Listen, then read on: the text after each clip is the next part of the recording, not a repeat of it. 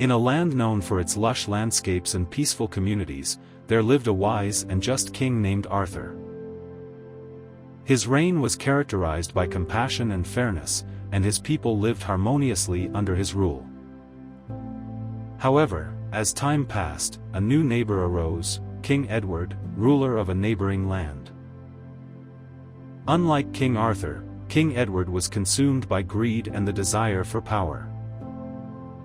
King Edward's kingdom was prosperous, but it wasn't enough for him. He gazed upon King Arthur's territory with envy, longing for its riches and beauty. He began to devise a plan to expand his dominion, driven by the insatiable hunger for more. One fateful day, King Edward sent a messenger to King Arthur's court, proposing a peaceful merger of their two kingdoms. King Arthur, always open to diplomatic solutions, invited King Edward to his palace to discuss the matter further. As King Edward arrived at King Arthur's palace, his eyes gleamed with the thought of possessing such a vast and abundant land.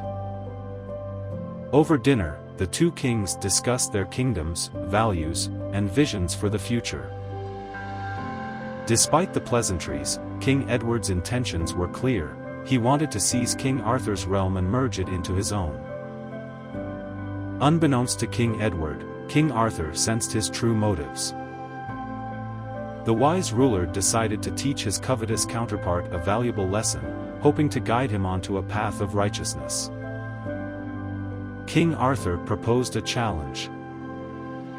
He suggested that they each embark on a journey across their kingdoms, accompanied only by a single advisor. The purpose was to explore the lives of their subjects firsthand, gaining insight into their struggles, dreams, and aspirations. At the end of their journeys, they would present their findings to one another. King Edward, intrigued by the idea, accepted the challenge. He chose his most loyal advisor, Sir Richard, to accompany him. And so, the two kings set forth on their separate journeys, unaware of the profound transformation that awaited them. King Arthur's journey took him to the villages and farms within his realm. He spoke with farmers, merchants, and artisans, listening to their stories. He witnessed their determination and sense of community, and he understood the responsibility he held as their protector. As he traveled, he shared his wisdom and resources, leaving a trail of hope in his wake. King Edward and Sir Richard, on the other hand, ventured through their kingdom's lands with a different purpose. They exploited resources, taxed villagers heavily, and took advantage of their subjects' labor.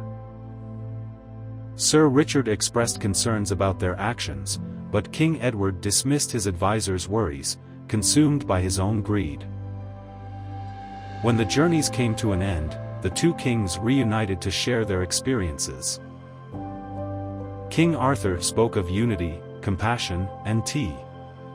As King Edward finished his account, a heavy silence fell upon the room. King Arthur looked at him with a mix of sorrow and disappointment.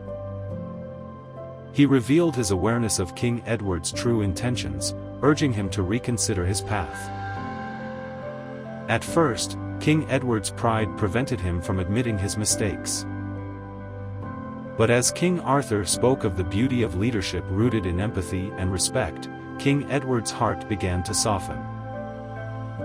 He realized the emptiness of his desires, the pain he had caused, and the suffering he had inflicted on his own kingdom. Tears welled up in King Edward's eyes as he acknowledged the depth of his greed and the wreckage it had caused.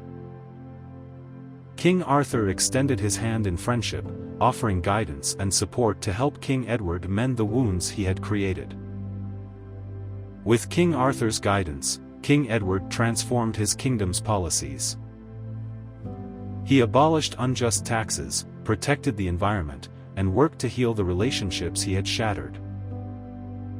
Over time, his kingdom flourished not just economically, but spiritually and morally. The tale of King Edward's transformation spread far and wide, becoming a story of redemption and change. The once covetous king had learned the value of true leadership, leadership that served not only one's own desires but also the well-being of all subjects. And so, the legacy of King Edward became one of a ruler who learned that the pursuit of power and greed could lead to destruction, but the pursuit of compassion and understanding could create a kingdom where all could thrive.